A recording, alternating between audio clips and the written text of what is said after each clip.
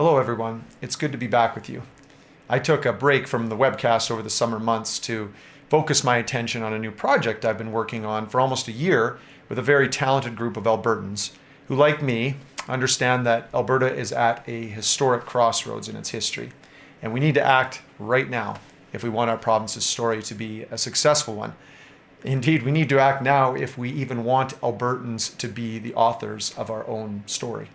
So today I want to share with you what I hope will be the beginning of a journey that we and hundreds of thousands of our fellow Albertans will take together to preserve our people's freedoms, our right of self-determination, and our prosperity, both for now and for our kids and grandkids.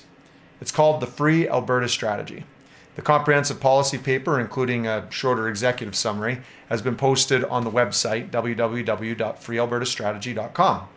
And in the coming months, I'll be promoting this strategy across the province with various other people in town halls, meetings with politicians, and through various media outlets. But I wanted to give you a bit of a sneak peek here today. Alberta's treatment within Canada has become intolerable. Successful federal governments in Ottawa have relentlessly attacked our province's economic interests, stifled our prosperity, and pillaged the resources and wealth of Alberta citizens to purchase electoral support in other parts of the country. Albertans have tolerated the expropriation of our wealth for decades, under both Liberal and Conservative prime ministers. However, the Ottawa anti-Alberta agenda has advanced a bridge too far in recent years, and it now poses an existential threat to our province's long-term economic viability.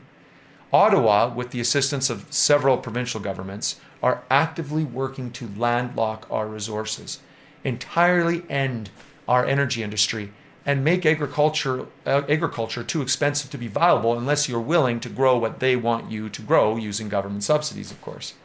How else do you explain a $170 per ton carbon tax by 2030? This would make our industries entirely uncompetitive with other nations who are competing against us. How about the effective ban on new pipelines? A ban on shipping additional energy products to Asia via tanker ships, blocking our oil from the eastern half of our own country, but increasing imports from the Middle East. And now, well, the government has just announced its Just Transition Plan to consult with soon-to-be unemployed energy workers on how they can one day be re-employed in the new magical green economy. Alberta is under assault from our own nation's capital. It's bizarre, but there's no other way to describe what has happened and what is happening. And don't think for a second that the odd federal Conservative government elected from time to time has done or will do anything to put a meaningful end to it. Ottawa has fundamentally breached its constitutional agreement with Alberta. The Alberta government, therefore, has a right and a duty to repudiate this arrangement on behalf of its people, on behalf of our people. It has a duty to renegotiate its terms of membership in Confederation. And if Canada's federal and provincial leaders refuse to address our grievances, we need to form an independent nation. The Free Alberta Strategy calls upon the government of Alberta to implement several key reforms without any permission being sought from Ottawa or other provinces to do so.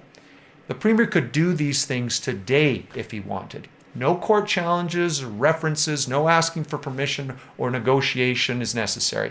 Just do it. Get her done. So here are a summary of those reforms that the Free Alberta Strategy proposes.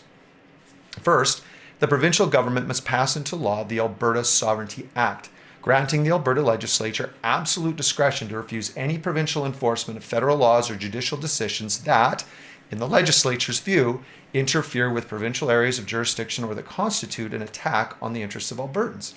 As examples, this would include Alberta prohibiting any provincial legal enforcement of the federal carbon tax or the No New Pipelines Act, and attempts by any federal agency like the Canadian Environmental Assessment Agency, for example, from regulating our province's energy and resource sector in any manner whatsoever.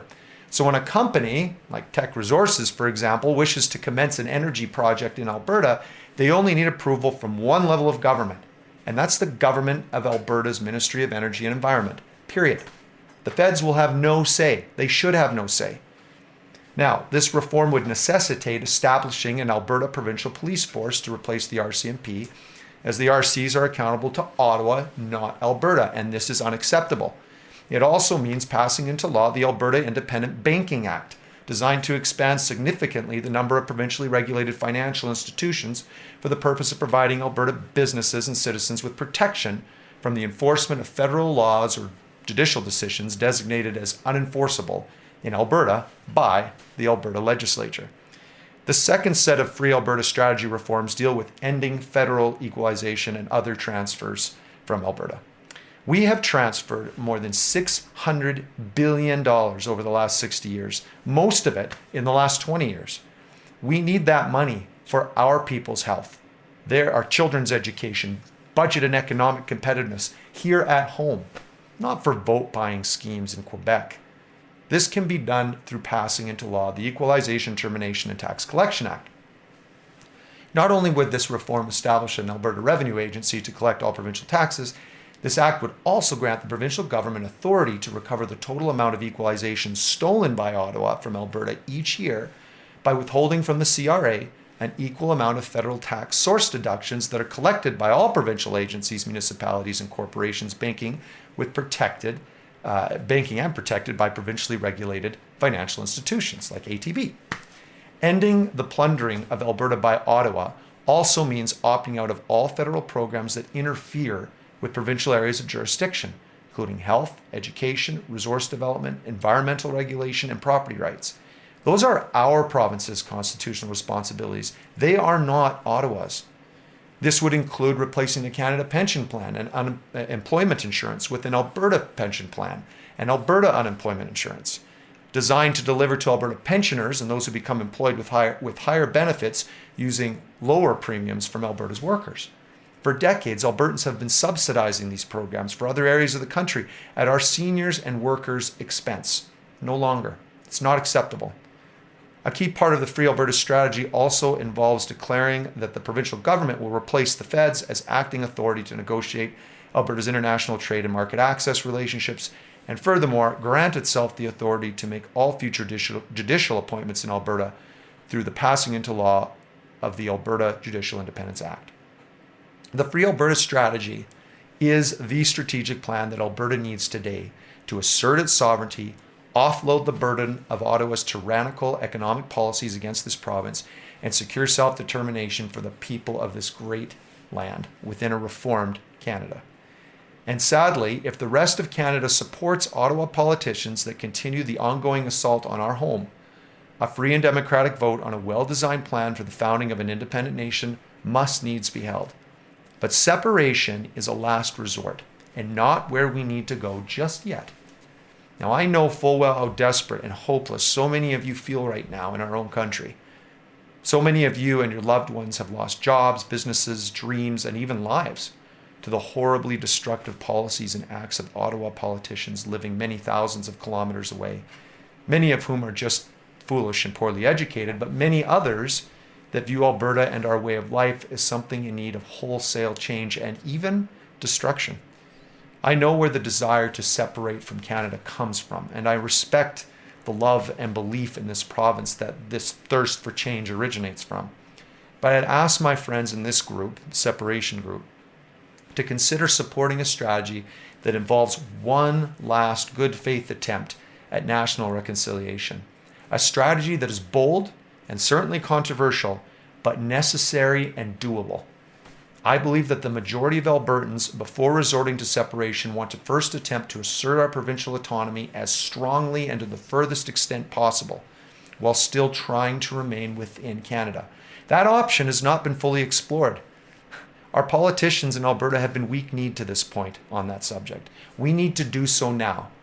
If attempted, it may well fail, and it may well even be very unpopular with the majority of the rest of Canada, but surely it's worth attempting to see if Alberta can, through taking a hard and steadfast stance, renegotiate its place both within Confederation and, while doing so, help restore to all provinces their own provincial rights in a manner that results in the economic advantages that a united Canada was originally hoped to achieve. But to be totally clear, if after exhausting this final, more aggressive attempt at asserting our provincial sovereignty within Canada, the rest of Canada still rejects our right of self-determination, then it's time for Albertans to courageously prepare a thoughtful, researched, well-vetted plan for our independence, to present it to our people for a full debate and to vote on it democratically. Now, I know this is a lot to take in, and I expect it will create a lot of emotional debate and response from all corners, and that's okay. Being passionate about Canada is a natural and healthy loyalty to have. But my loyalty is first and foremost to the people of this province. It's the only place I've ever called home. I believe Alberta represents the best the world has to offer.